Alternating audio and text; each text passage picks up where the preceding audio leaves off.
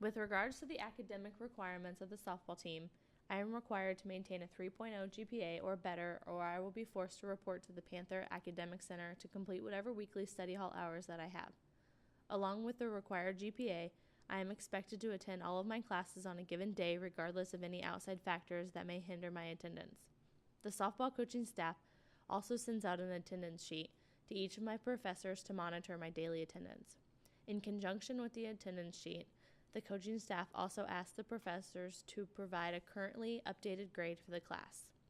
Even though we are constantly traveling, we are still required to get in study hall hours before we leave for each trip.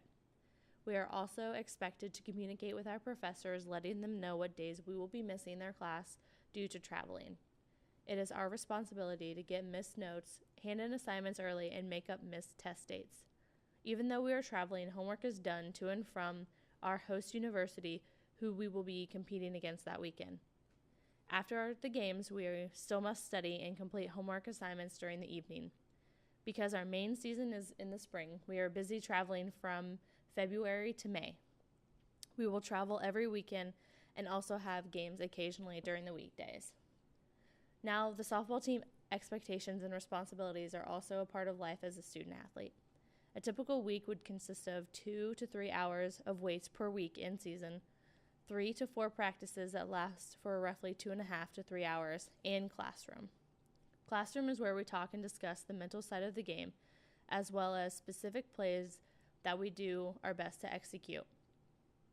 A typical day of practice, which happens right after classroom, consists of setting up the needed equipment for the day's practice.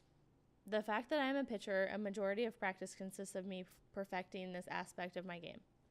This takes up most of the practice time and involves warming up, spins, and then depending on what coach feels is necessary for the pitchers to complete that day.